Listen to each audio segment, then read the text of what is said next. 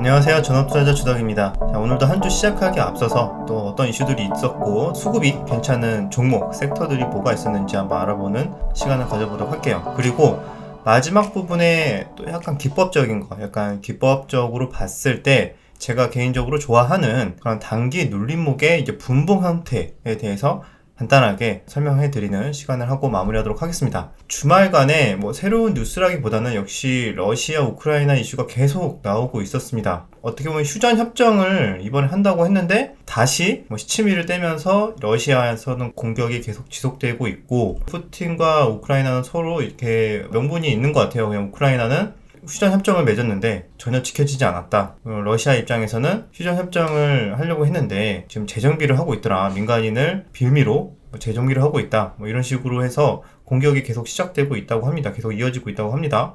어쨌든 이게 전쟁이 단기간에 끝날 것 같지는 않고, 일단 내일쯤에는 일단 평화협정 또 3차 회담이 예정이 돼 있죠. 그래서 거기서 또 어떤 결과가 나올지 모르겠지만 일단은 현재로서는 큰 기대는 안 되는 상황입니다. 그래서 시장을 봤을 때 미국장이 금요일도 일단은 조금 빠졌죠. 근데 가장 조금 특징적이었던 게 여기 여러분 보시면 금속 선물 가격이 거의 다 올랐어요. 그죠? 구리, 금, 니켈, 알루미늄, 팔라디움 다 엄청나게 좀 오르고 있다. 우리가 매번 고민하는 게 요즘에 인플레이션이잖아요. 그래서 이런 인플레이션에 대한 지표들도 지금 원자재 가격들이 다 이렇게 급등을 하고 있고, 이게 어떻게 보면은 러시아 우크라이나 전쟁을 트리거로 인해서 여러 가지 공급 부족 이슈가 더 가속화될 거고, 또 투자 심리, 수급적인 요인도 분명히 있을 거라고 생각을 합니다. 그런 식으로 요즘에 이렇게 수급이 몰리고 있으니까 아무래도 주식시장에서도 이런 관련 주식들이 최근에 또 돈이 들어왔던 게 확인됐을 거예요. 그래서 그런 부분 좀 이따가 한번 간단하게 체크를 해보도록 하고, 자, 특징적이었던 게 또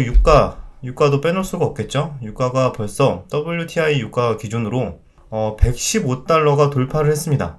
야, 100달러 이거 진짜 넘어라고 했는데 사실상 이때부터 갑자기 슈팅이 나오더니 115달러까지 단숨에 지금 급등을 한 상태라고 볼 수 있습니다. 아마 선물 옵션 또 좋아하시는 분들은 100달러 정도에서 좀 숏으로 많이 잡았을 것 같은데, 그런 분들은 지금 굉장히 좀 괴롭지 않을까. 그래서 지금 가격대에서도 계속 숏을 하고 싶다 하시는 분들이 주변에서 조금 들리는 것 같거든요. 그래서 여기서 과연 고점은 찍고 내려가겠지만 이게 순간적으로 오버슈팅이 어디까지 나올지 모르기 때문에 조금 그런 거는 말 그대로 홀짝 느낌으로 좀 리스크가 크지 않나 라고 생각을 합니다. 그래서 일단은 이렇게 원자재 가격들이 다들 뛰고 있다. 그래서 그와 관련된 주식들도 아무래도 오를 가능성이 높다. 에너지 관련 주식이랑 단기적인 그런 전쟁 뉴스에 따라서 출렁거릴 수 있기 때문에 철저하게 단타나 트레이딩 전략으로만 접근할 수 있고, 오히려 좋은 종목들을 싼 가격에 사는 가격이 어떻게 보면 길게 보시는 분들에게는 유효하다라고 정리를 하겠습니다. 일단은 가장 우려스러웠던 또 지표 중에 하나가 환율이 있어요. 환율이 이게 일봉인데 어느덧 1200원대를 돌파하더니 빠지지 않고 며칠 동안 계속 버텼습니다. 버티다가 금요일날 1216원까지 올라갔거든요. 그래서 이게 한 번에 거의 10포인트가 올랐는데 의미 있는 좀 움직임일 수도 있겠다 싶은 마음이 있어서 일단은 좀 공유를 해드렸습니다. 일단 환율 급등이 된다는 것 자체가 우리나라로부터 이제 달러가 어느 정도 좀 빠져나가고 있다라고 볼 수가 있는데, 아무래도 우리나라 자체를 안 좋게 봐서라기보다 미국 입장에서 또 해외 투자자 입장에서는 지금 여러 가지 지정학적 리스크랑 여러 가지 좀 불안 요소들이 있으니까 어떻게 보면 현금화하는 과정에서 해외 자산들을 조금 매각을 하고 이제 달러화 시켜서 가져가고 있겠죠. 그래서 그런 과정에서 우리나라도 신흥국 지수 중에 하나이기 때문에 일부 팔고 달러를 회수해가는 과정에서 이렇게 환율이 지금 오르고 있는 모습을 보이고 있다 정도로 보고 있는데, 이게 계속 지속이 된다면은 외국인 투자자들 입장에서는 섣불리 투자를 하기가 어려울 수 있겠죠. 왜냐면은 지금 만약에 환율이 당분간 계속 오른다면은 한차 손을 입을 수 있는 거니까 이 부분도 어떻게 보면 투자 심리에 조금 영향을 미치지 않을까. 그래서 이 정도까지 한번 체크해 보시면서 다음 주도 한번 대응을 하면 될 것 같습니다. 자, 종목들 간단하게 체크를 하자면 금요일 날도 그렇고 저번 주까지 일단 방산주들이 좀 좋은 흐름이 나왔어요. 하나 에어로스페이스, LIG 넥스원, 한국항공우주 이렇게 양호하게 5일선 반등이 잘 나와줬다. 5일선 반등에서 이렇게 조정이 나와주고 곧바로 반등이 잘 나와줬습니다. 그래서 지금은 이제 여기서 계속 따라가기보다는 오히려 추가적으로 이런 눌림목 자리를 조금 주는 거를 좀 기다릴 예정이고, 계속 5일선을 타고 올라간다면은 사실상 매매는 조금 어려울 수도 있을 것 같다라고 생각합니다. 오히려 요런 좀 다시 요런 자리를 줄 때 한번 저는 그냥 눌림목 공략을 할 예정입니다. 그리고 이런 또 원전주들이 강하게 흐름이 나왔죠. 우리나라 이제 탈원전 정책을 완전히 선회를 하면서 주요 원전 에너지 중에 하나로 이제 주요 투자를 하게 되기 시작하면서 그런 얘기가 나오면서 이렇게 좀 급등하고 나름대로 가격대를 유지해주고 있습니다. 일시적으로는 살짝 이렇게 조정이 나올 수도 있다고 생각을 해요. 여기서 뭐 다이렉트로 갈 수도 있겠지만 한 번 정도는 빼고 갈 수도 있다. 그래서 그 정도 시나리오를 앞두고 한 번 정도 빼면은 오히려 그거를 좀 기회로 활용하면 좋지 않을까 보고 있습니다. 뭐 이런 한전 기술 같은 경우에는 오히려 추세가 계속 이렇게 우상향을 하고 저점을 높이는 그런 흐름이 나오고 있네요. 그래서 두산중공업도 이제 유상증자 물량이 상장이 됐죠. 여기서 한번 뭐 밀렸다가 갈 수도 있겠지만 오히려 전체적인 추세는 조금 우상향할 가능성이 높다라고 보고 있고, 그 다음에 테마성의 종목 이런 보상 파악tet도 뭐 이렇게 눌림목 주어지면은 뭐 좋은 자리이지 않을까 보고 있습니다. 어떻게 보면 다음 주는 최근에 강했던 종목들이 계속 따라가기보다는 오히려 이렇게 눌림목을 주면은 좀 더 좋은 자리인 경우가 되게 많은 것 같아요. 다이렉트로 가면은 좀 어쩔 수 없겠지만 눌림목을 주면은 그렇게까지 겁먹지 말고 뭐 공략을 해도 되는 구간이지 않을까 정도 생각을 하고 있습니다. 자, 그리고 풍력주들도 강했죠. 풍력주들도 이때도 3일선 반등 나오고 5일선 반등 나오고 되게 정석적으로 수급이 딱 나올 자리에서 나오고 있습니다. 그래서 이런 종목들은 앞으로도 마찬가지로 이렇게 눌림목이 주어진다면은 충분히 이전에 이렇게 확률 높은 기술적 반등이 나왔기 때문에 앞으로도 그럴 가능성이 높다 이렇게 보고 계속 관중에 넣고 봐야 될 종목이라고 봅니다. CS 배열형도 마찬가지죠. CS 배열형도 여기서 한번 나오고 여기서 5일선 반등 나오고 추가적으로 더 빠져줘도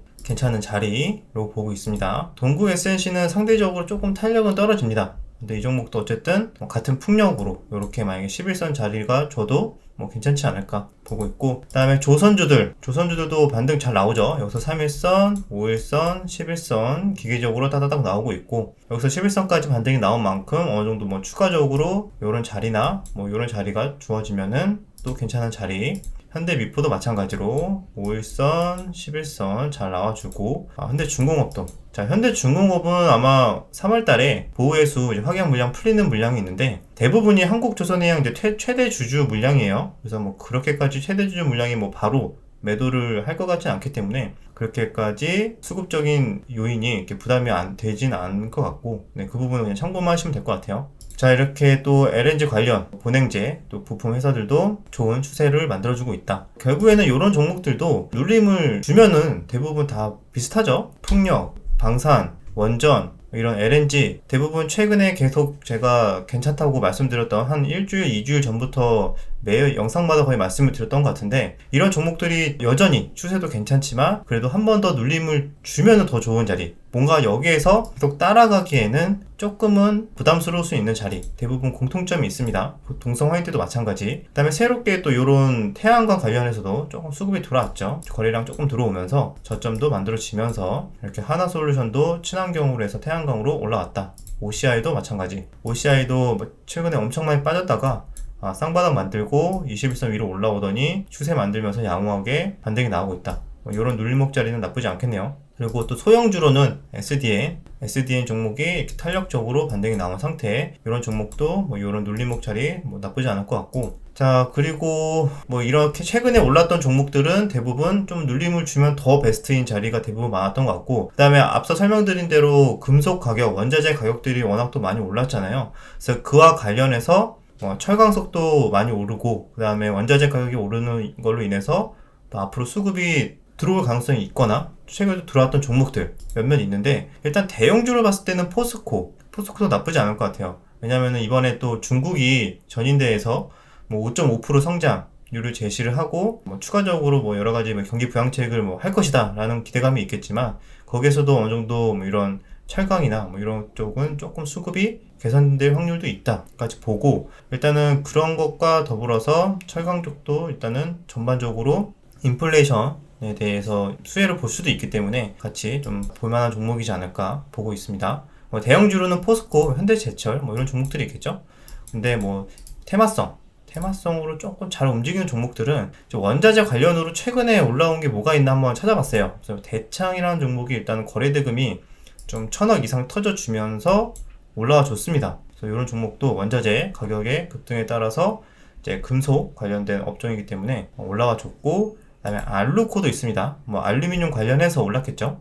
그래서 알루코도 LG 에너지 솔루션 관련해서 테마성으로 올라왔다가 이슈 소멸로 빠졌다가 지금은 다시 고점 부분까지 올라온 상태에 인플레이션 관련 원자재 급등 관련 이슈로 올라온 것 같습니다. 그리고 TCC 스틸도 마찬가지입니다. TCC 스틸도 원자재 급등에 따른 이제 이슈가 오면서 다시 이만큼 올라왔던 가격대까지 올라온 상태입니다. 네, 한국선제도 뭐 다른 개별 이슈가 나오긴 했는데 결국엔 이 종목도 마찬가지로 비슷한 관점에서 올라왔고, 뭐 이런 눌림목 자리도 나쁘지 않은 그런 자리라고 보고 있습니다. 그 다음에 이번에 또 JC 케미칼이라고 이 종목도 조금 같이 비슷한 인플레이션 관련으로 해서 올라온 것 같아요.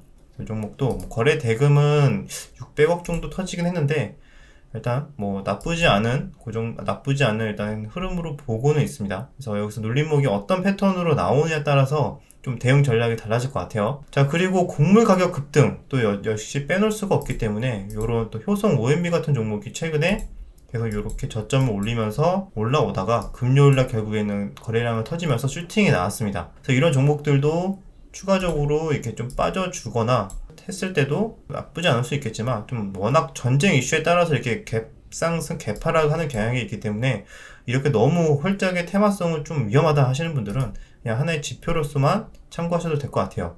뭐 이 종목 말고도 최근에 곡물 가격, 농업 사료, 뭐 식량 가격에 따라서 올랐던 종목이 뭐 이런 미래생명 자원이 거의 대장급으로 좀 많이 움직여졌죠. 이 종목도 계속 이렇게 전쟁 이슈로 올라오고 있는 상황. 현재는 거래량 줄어들면서 약간 5일선 자리이기도 하네요. 아마 월요일날 조금 반등이 나왔다가 변동성이 굉장히 큰 흐름이 나올 걸로 예상이 됩니다.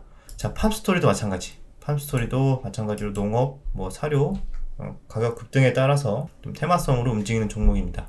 한일 사료까지 있겠죠. 한일 사료도 최근에 이런 흐름이 과연 매집의 흐름인지 매집의 패턴인지 계속 이렇게 저점을 올려주면서 계속 버텨주는 흐름이 나와준다면 충분히 매집일 가능성도 뭐 있다 정도로 우리 생각을 할 수 있겠네요. 자, 그 외에도 이렇게 우리 또 이런 종목들, 사조 시푸드 이런 종목들도 인플레이션 관련이 올라가면은 결국엔 소비재 종목도 뭐 같이 수혜를 볼 거다 해서 테마성으로 일단 쑥 올라왔습니다. 이런 종목도 한번 같은 섹터로 묶어서 한번 보실 필요가 있을 것 같고, 또 사조 동아원 이런 종목도 이렇게 올라왔죠. 야금야금 패턴들이 비슷해요, 그죠? 이런 패턴들이 어떻게 보면 단기 매집을 하는 패턴으로도 나올 수도 있는데, 항상 여러분 조심해야 되는 게 이런 패턴이 매집인 경우가 많겠지만 항상 또 이런 패턴이 나왔다고 급등을 하는 것도 절대 아닙니다. 굉장히 급등한 종목들만 쭉 살펴보고 이런 패턴 나오니까 급등을 하네? 뭐 이런 패턴 나오면 무조건 사야지 이렇게 생각하시는 분도 있는데, 이런 패턴 나오고도 앞으로 뭐 3개월, 6개월 행보하는 경우도 있고 심지어 쭉쭉쭉 저점 뚫고 빠지는 경우도 있습니다.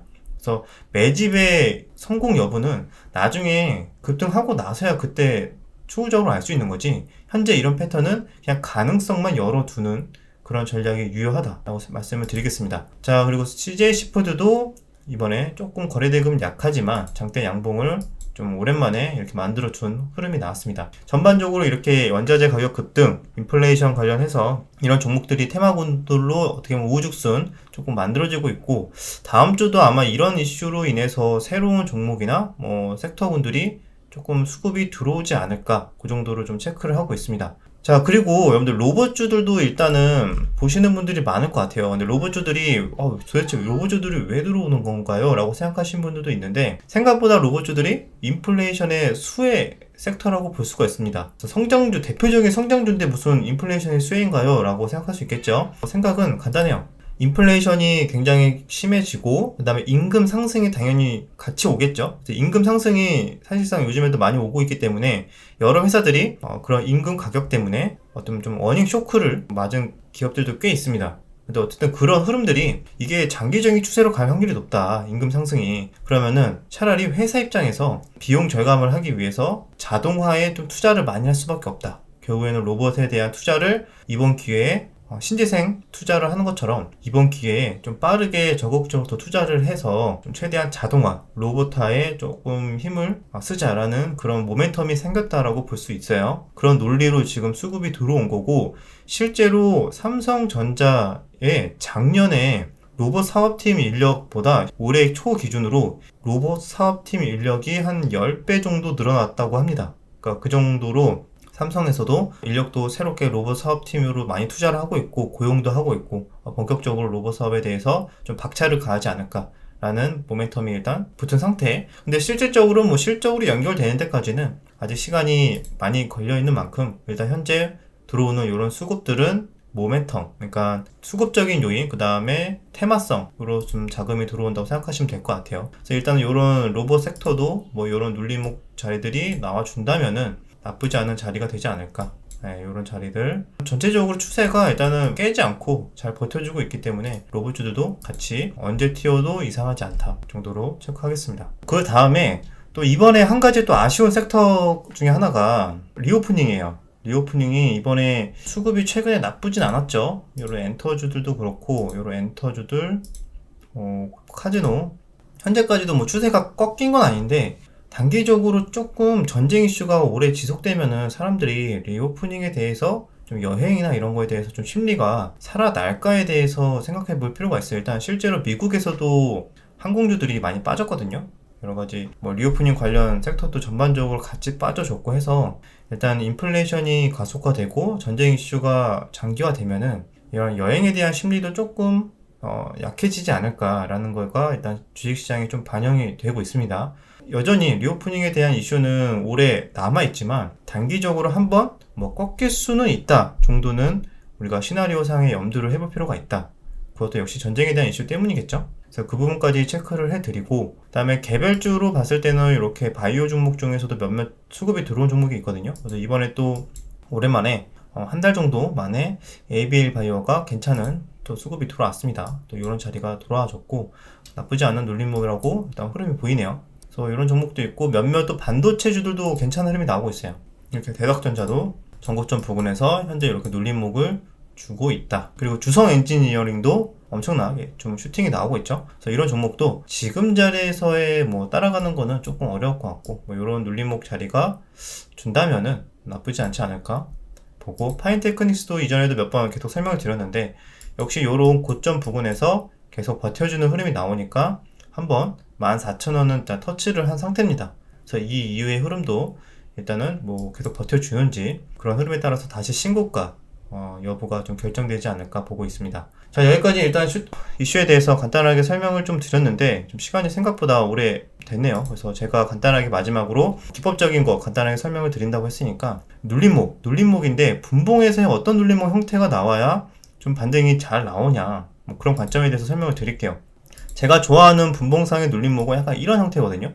그러니까 이전에 한번 수급이 일단 1차적으로 들어온 상태에서 그 다음날 기준으로 오전에 수급이 들어와요. 오전에 수급이 일단 들어온 게 조금 의미가 있어야 돼요. 그래서 들어오고 나서 그 이후에 내가 만약 이때 공략을 만약 못했다면은 그 이후에 쭉 보는 거예요. 오후장까지. 근데 오후장까지 봤는데 이렇게 저점을 이탈하지 않고 무난하게 이렇게 이때 들어온 물량들의 손절이 계속 손절이 부른다면은 이렇게 추세를 깨고 내려가야 되는데 이렇게 잘 버텨주는 이런 눌림목 형태의 거래량은 이렇게 줄어들면서 이런 형태가 나오는 단기 눌림목 형태를 베스트로 좋아한다. 그러면 이렇게 갭이 뜨는 경우가 있겠지만 갭이 안 뜨더라도 반등이 잘 나오는 경우가 있으니까 그 부분을 잘 참고하시면 좋을 것 같아요. 이런 흐름이죠. 보시면 이런 흐름도 오전에 살짝 들어왔었는데 오전에 요 저점들을 크게 이탈하지 않고 잘 버텨주면서 거래량이 줄어들면서 야금야금 빠지면서 매물 소화를 양호하게 한다는 느낌. 그러니까 오전에 들어온 사람들, 그 전에 거래량 터졌을 때 들어온 사람들이 빨리 팔아라, 너네들 물량 다 소화하고 올리겠다, 약간 그런 식의 패턴이 나오는 그런 전형적인 눌림목이라고 생각하시면 돼요. 그럼 이런 물량들로 인해서 만약에 생각보다 받쳐주는 물량이 없다면, 그리고 너도 많이 들어왔던 사람들이 다 팔려고 한다면은 요 저점을 깨고 떨어진다 라고 생각하시면 되는데, 그런 흐름이 나오지 않고 오전에 들어왔던 수급 이후에 이런 양호한 눌림목의 패턴, 이런 것들이 되게 좀 관심 있게 보시면은 도움이 될 거라고 생각을 합니다. 뭐 이런 것도 있겠죠. 이거는 개파락을 일단 시작을 했지만 오전에 일단 수급이 이만큼 들어왔어요. 그죠? 근데 오후장으로 갈수록 쭉 야금야금 빠지면서 하락을 했는데 이 전체적인 추세에서는 큰 문제가 없고 거래량 줄어들었고 요때 들어온 거래량, 요때 들어온 거래량을 양호하게 소화를 하면서 만약에 추세가 꺾였다면은 요 저점을 깨고 내려갔겠죠. 그런 흐름이 나오지 않고 잘 버텨준다 라고 한다면은 이렇게 반등이 잘 나오는 경우가 많다. 그렇게 생각을 하시면 될 것 같아요. 이런 종목도 있을 수 있겠죠. 오전에 좀 빠졌다가 수급이 살짝 들어왔어요. 들어오고 나서 오후장으로 가는데 계속 버텨주는 흐름, 눌림이 나오는데 크게 또 오전에 생긴 저점을 이탈하지 않고 계속 버텨주는 흐름이 나와준다. 거래량은 줄어든 상태에서 그런 자리에서는 이전에는 갭 뜬 경우가 많았잖아요. 그러니까 갭이 꼭 뜨지 않더라도 그 다음 날에도 이렇게 버텨주는 저점을 이탈하지 않는 요런 저점을 이탈하지 않는 흐름이 나와준다면은 결국엔 다시 이렇게 슈팅이 뒤늦게라도 나오는 경향이 있다. 요런 눌림목의 자리는 대부분 제가 설명드린 대로 5일선의 자리예요. 어떤 자리에서 그런 눌림목의 패턴이 나오는지가 중요합니다. 요런 자리였고 두산중공업도 요런 자리였죠. 요런 자리에서 그러니까 이렇게 5일선이 살아있는 상태에서 분봉상에 저런 눌림목이 나와준다. 너무 단기간으로 5일선과 이격이 벌어지지 않은 상태에서 그렇게 해당이 되겠죠. 그런 부분까지 꼼꼼하게 체크를 하신다면은 좀 더 양호한 조정이 무엇인지, 양호한 눌림목이 무엇인지 좀 이해가 쉽게 되지 않을까라고 생각을 합니다. 자, 여기까지 정리를 하겠고 다음 주도 일단 쉽지 않은 시장이 될 것 같아요. 역시 전쟁 이슈 때문에 너무 오랜 기간 시장의 변동성이 커지고 있는데 일단 다음 주도 잘 대응하시고 성투하시길 바라겠습니다. 여기까지 내용이 유익하셨다면 구독과 좋아요, 댓글 부탁드리도록 하겠습니다. 그럼 다음 영상에서 뵙겠습니다.